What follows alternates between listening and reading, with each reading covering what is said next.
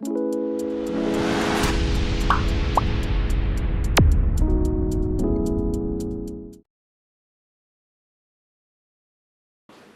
একটা টেক্সট আছে, এর আগের লেকচারে আমরা আলোচনা করেছি।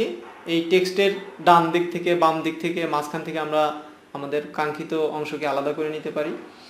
কিন্তু সেই টেক্সট যদি সুন্দর করে সাজানো থাকে তবেই, সেই টেক্সট যদি সিনক্রোনাইজড ওয়েতে না থাকে, এলোমেলোভাবে থাকে, তখন এই লেফট মিড রাইট ফর্মুলার ব্যবহারের মাধ্যমে এটা করা খুব কঠিন হয়ে যায়।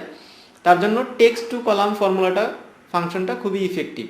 এখানে যে টেক্সটগুলি আছে, এই টেক্সটের বিভিন্ন ধরন, কোনো টেক্সটের সাথে ডিজিট মিল নেই, এক একটা লেখা এক এক রকম। যেমন মানডে, টুইসডে, ওয়েডনেসডে, থার্সডে, এটা ঠিক আছে, তো বাকি ইয়ার ঠিক নেই, নভেম্বর, এপ্রিল, মে, এক একটার বানান এক এক রকম। তো এখানে আমরা সংখ্যা ধরে লেফট মিড রাইট থেকে কাটতে গেলে আমাদেরকে অনেক ম্যানুয়াল কাজ করতে হবে। তার চেয়ে আমি একটু ডিফারেন্টভাবে যদি চিন্তা করি, যে আমি যদি এই চিহ্নগুলি বরাবর কাটতে পারি, তাহলে আমার টেক্সটগুলি আলাদা হয়ে যাবে। সেখানে বিভিন্ন ধরনের চিহ্ন আছে, কমা আছে, আন্ডারস্কোর আছে, সেমিকোলন আছে, এই চিহ্নগুলি ধরে আমরা কাটব। তার জন্য আমাকে যে কাজটা করতে হবে, পুরো টেক্সটকে আমি সিলেক্ট করে নিব, দেন ডেটা রিবন থেকে টেক্সট টু কলাম, এই আইকনে ক্লিক করলে একটা উইন্ডো আসবে। এখানে দুইটা সিদ্ধান্ত চাই, যে ডেলিমিটেড এবং ফিক্সড উইডথ যদি আমার ফিক্সড থাকে, যেমন লেফট মিড রাইট ফর্মুলা আমরা করেছিলাম, আমাদের উইডথ নির্দিষ্ট ছিল, তাহলে আমি এই ফাংশনের মধ্য দিয়ে যাব, নতুবা ডেলিমিটেড অপশন দিয়ে যাব। সো আমি যেহেতু একটা চিহ্ন ধরে ধরে কাটবো, এই ডেলিমিটেড সিলেক্ট করাই আছে, আমি জাস্ট নেক্সট বাটনে প্রেস করব এবং এখানে প্রিভিউ সে আমাকে দেখাবে যে আমার টেক্সটের কাটার পরে টেক্সটের অবস্থানটা কেমন হবে।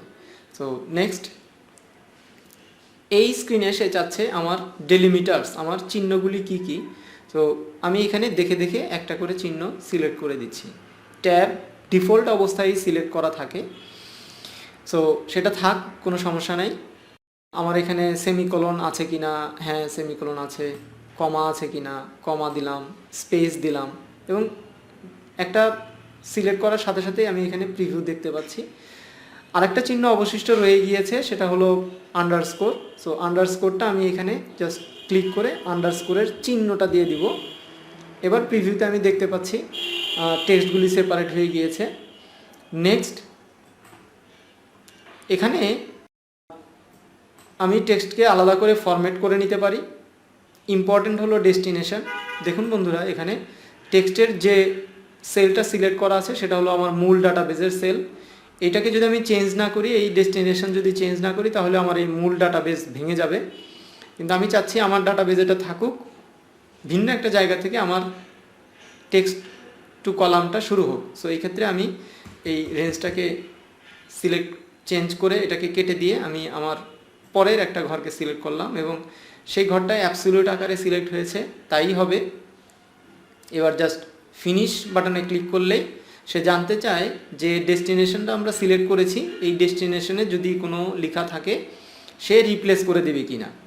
ওকে বাটনে প্রেস করলে আমার পুরো টেক্সট ভেঙে কলামে চলে যাবে এবং আমি যেভাবে চাচ্ছি ভেঙে ভেঙে আলাদা আলাদা, সেভাবেই হয়ে যাবে।